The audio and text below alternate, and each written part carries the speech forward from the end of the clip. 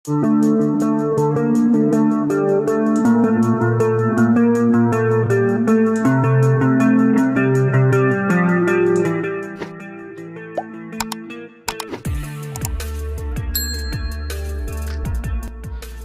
warahmatullahi wabarakatuh. Apa kabarnya teman-teman? Balik lagi di Supreme Detail Tutor. Gempuran Israel ke kota Rafah, kota perbatasan antara Gaza dan juga Mesir rupanya makin meningkat. Bahkan terbaru kita mendapatkan informasi bahwa Israel menangkap 8 anggota medis dari Bulan Sabit Merah, para relawan yang tengah melakukan pertolongan terhadap korban-korban serangan udara dari Israel. Nah, informasinya serangan darat atau ground invasion ke Rafah ini mulai dilakukan pada hari ini di tanggal 10 pada tanggal 10 Februari 2024 kemarin. Jadi ground operation atau serbuan serangan darat ke Rafah telah diluncurkan pada tanggal 10. Informasi ini kita dapat teman-teman dari artikel di Tribun News yang berjudul "Pembantaian Rafah dimulai, anak-anak Palestina mandi darah karena bom Israel, ambulan pun dihajar." Di artikel ini menyebutkan Israel dilaporkan memulai prosedur serangan darat atau ground invasion-nya ke Rafah, Gaza Selatan dengan mulai mengintensifikasikan serangan udara. Sabtu 10 Februari 2024, serangan udara Israel dilaporkan membunuh 28 warga Palestina termasuk 10 anak-anak di Rafah. Pembantaian itu terjadi beberapa jam setelah Badan Bantuan Dunia PBB memperingatkan kalau sejumlah besar warga Palestina akan gugur jika Israel melanjutkan serangan militer skala besar ke Rafah. Kota di perbatasan Gaza Selatan adalah tempat sekitar 1,3 juta warga Palestina tinggal, termasuk ratusan ribu kota-kota tenda.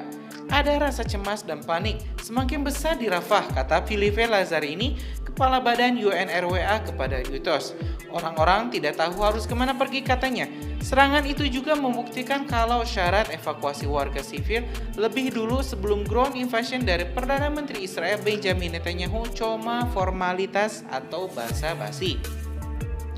Pada hari Jumat, telah diketahui Perdana Menteri Israel Benjamin Netanyahu mengumumkan kalau Israel IDF diperintahkan untuk menyusun rencana evakuasi penduduk dan menghancurkan 4 batalion Hamas yang dikatakan masih berada di Rafah. Perang tidak diperbolehkan di kamp pengungsi raksasa, kata Jan England, Sekretaris Jenderal Dewan Pengungsi Norwegia. Selain itu, Presiden Otoritas Palestina PA Mahmud Abbas memperingatkan bahwa tujuan Israel adalah mengusir paksa warga Palestina ke Mesir sebagai pengulangan pembersihan etnis Israel terhadap warga Palestina pada Nakba 1948. Mengambil langkah ini mengancam keamanan dan perdamaian di kawasan dan dunia. Ini sangat melanggar semua garis merah, kata Abbas mengumumkan. Seorang pejabat Israel yang tidak mau disebut namanya juga mengklaim bahwa Israel ingin warga Palestina di selatan Gaza untuk kembali ke utara, tempat di mana banyak pengungsi berasal setelah rumah mereka dihancurkan oleh pemboman Israel. Bom-bom Israel di Rafah menyasar tak pandang bulu, termasuk wanita dan anak-anak.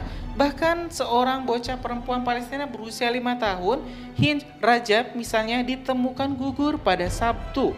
Kematian Hind Rajab punya cerita sangat menyedihkan yang menjadi contoh terbaru kekejaman serta kebrutalan Israel.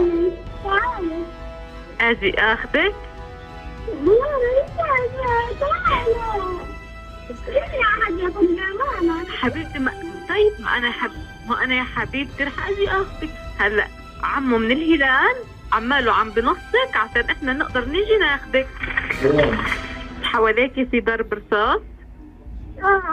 خذيني يا حبيبتي والله بدي اخذك بس مش بايدي هلا. طمن هتقولي ما تسيبينيش يا ماما، انا جعانه، انا موجوعه يا ماما. قلت لها انت وين يا هند مصابه؟ قالت لي انا مصابه في ايدي وفي ظهري وفي رجلي.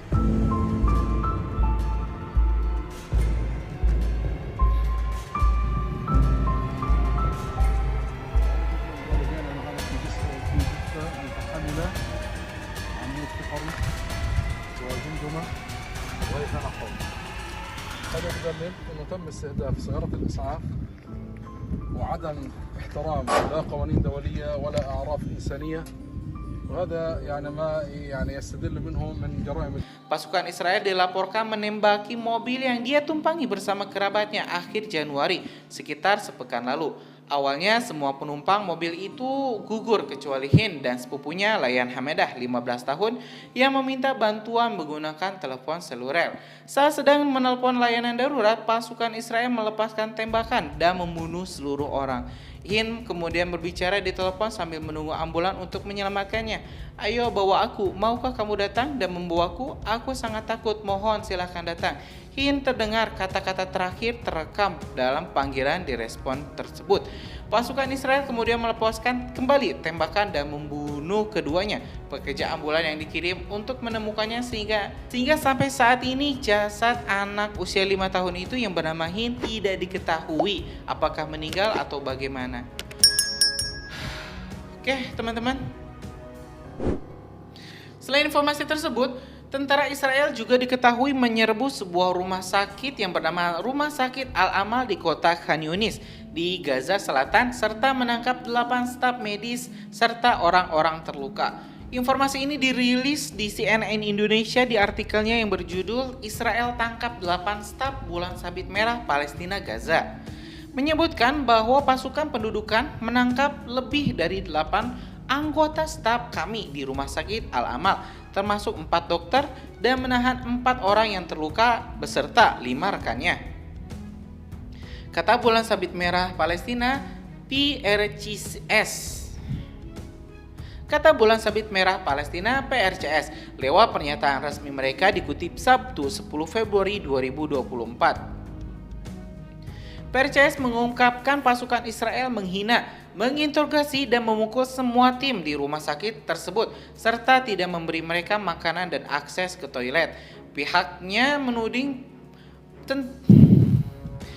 menuding tentara Israel telah mencuri uang dari rumah sakit dan orang-orang di sana termasuk staf medis. Disebutkan pula bahwa tentara telah menyita laptop dan sistem radio, salah satu-satunya alat komunikasi di tengah pemadaman jaringan komunikasi di Khan Yunis yang berlangsung selama sekitar 1 bulan.